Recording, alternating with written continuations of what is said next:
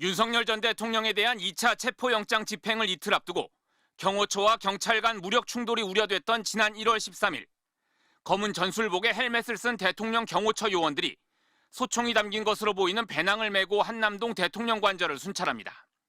일부는 아예 소총을 밖으로 노출시켜 위압적인 분위기까지 조성했지만 결국 체포를 막지는 못했습니다. 불미스러운 유혈 사태를 막기 위해서 그런데 지난 3월 지규현 판사가 구속기간을 날짜 대신 시간으로 계산해 윤 전 대통령을 석방시켰습니다. 석방 닷새 뒤 경호처가 내부 문건 하나를 작성합니다.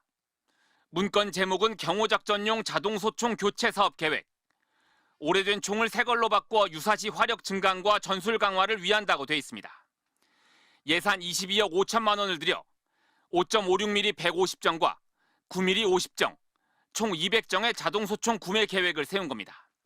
미국 특전사 델타포스나 우크라이나 특수작전군 등이 사용하는 1분에 1000발가량 발사되는 최신형 무기들로 결제자는 3차 구속영장까지 기각됐던 김성훈 차장과 이광우 본부장이었습니다.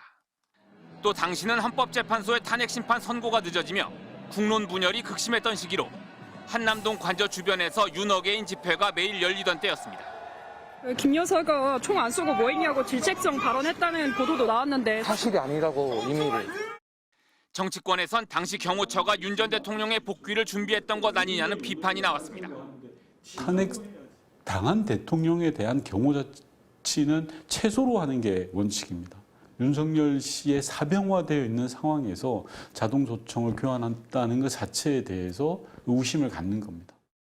경호처는 해당 계획의 배경을 묻는 MBC의 질의에 자동소총 교체 사업은 계획 수립만 있었으며 실제 추진되지 않고 종료됐다는 짧은 입장을 보내왔습니다. MBC 뉴스 이기주입니다. 1차 체포영장 집행이 무산되고 2차 체포영장 집행이 다가오던 지난 1월 13일, 검은 전술복을 입고 헬멧을 쓴 채 허리까지 내려오는 긴 배낭을 맨 요원들이 한남동 대통령 관저 주변을 순찰하는 모습이 포착됐습니다.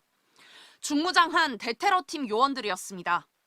특검은 이런 무장을 윤 전 대통령이 지시했다고 봤습니다.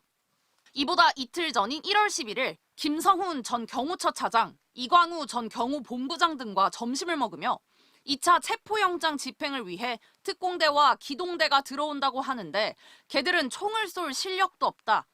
경찰은 전문성도 없고 총은 경호관들이 훨씬 잘 쏜다며 경찰은 니들이 총기를 갖고 있는 것을 보여주기만 해도 두려워할 거다. 총을 갖고 있다는 걸 좀 보여줘라고 했다는 겁니다. 이후 김 전 차장 등은 경호처에 화기를 소지한 채 외부에서 잘 보일 수 있도록 폭넓게 순찰하라고 지시한 것으로 드러났습니다. 1월 3일 1차 체포영장 집행 당시 경호처의 3중 저지선도 윤 전 대통령의 지시에서 비롯됐다는 게 특검의 판단입니다. 윤 전 대통령이 체포영장이 불법이니 수사기관을 공관촌에 들이지 말라고 지시하자 경호처는 먼저 공관촌 정문 뒤에 대형 버스로 차벽을 세웠습니다. 2차 저지선은 공관촌 정문에서 대통령 관저로 이동하는 중간 길목, 중형 크기의 버스와 55경비단 소속의 소형 전술 차량 한 대가 설치됐습니다. 대통령 관저 앞에도 여러 대의 차량으로 구축된 3차 저지선이 형성돼 있었습니다. 공수처 검사와 수사관들은 어렵게 저지선을 뚫고 들어갈 때마다 멱살을 붙잡히는 등의 폭행을 당했습니다. 현장을 지휘한 박종준 전 경호처장과 김성훈 전 경호차장은 보안 메신저를 통해 실시간으로 체포 저지 상황을 윤 전 대통령에게 보고했습니다. 이렇게 체포영장 집행이 무산된 후 윤 전 대통령은 김 전 차장에게 다시 경호구역에 대한 완벽한 통제를 주문했고 관저 곳곳엔 철조망이 등장하기 시작했습니다. 경호처 소속 대원들은 2차 체포영장 집행을 저지하기 위한 인간띠 훈련에 여러 차례 참여해야 했습니다. 특검은 윤 전 대통령이 직무가 정지돼 경호처에 지시를 할 권한이 없는데도 이 같은 불법 행위를 지시했다며 윤 전 대통령에게 특수공무집행방해, 직권남용, 범인도피 교사 혐의를 적용했습니다. 윤 전 대통령 측은 체포영장 집행 저지를 지시한 사실이 없다고 반박했습니다. MBC 뉴스 구승우입니다. 서울 한남동 윤석열 대통령 관저. 검은 전술복을 착용하고 헬멧을 쓴 채 허리까지 내려오는 긴 배낭을 맨 남성들이 4명씩 조를 이뤄 경내를 순찰합니다. 테러 등 유사시에 대비해 대통령 근접 경호를 맡는 대통령 경호처 소속 공격 대응팀 CAT입니다. 배낭은 미국의 군 전술용품 업체의 소총 배낭과 유사한 형태입니다. 미국 5.11 택티컬사의 라이플 캐링 케이스로 보이고요. 여기에는 통상 M4 계열의 소총과 탄창 기타 액세서리들을 안에 수납할 수 있습니다. 평소 공격 대응팀도 기관총과 여분의 탄약을 배낭에 보관한다는 게 전문가의 설명입니다. 윤석열 대통령의 호위무사를 자처한 김성훈 경호처 차장이 소집한 지난 10일 부과장단 회의에서 중화기로 무장하는 안을 지시했다는 경호처 내부 폭로가 있었습니다.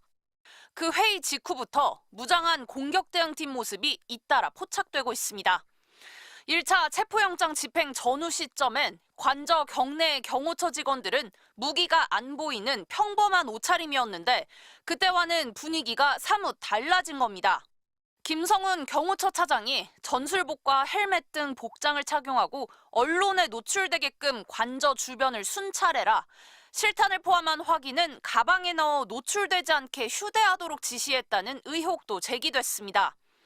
사실상 위력을 외부에 과시하려는 걸로 보이는데 경호처 관계자는 공격 대응팀 요원들은 경호 대상자가 있는 곳엔 늘 있었던 것일 뿐 특별한 일이 아니라고 설명했습니다. MBC 뉴스 구승입니다.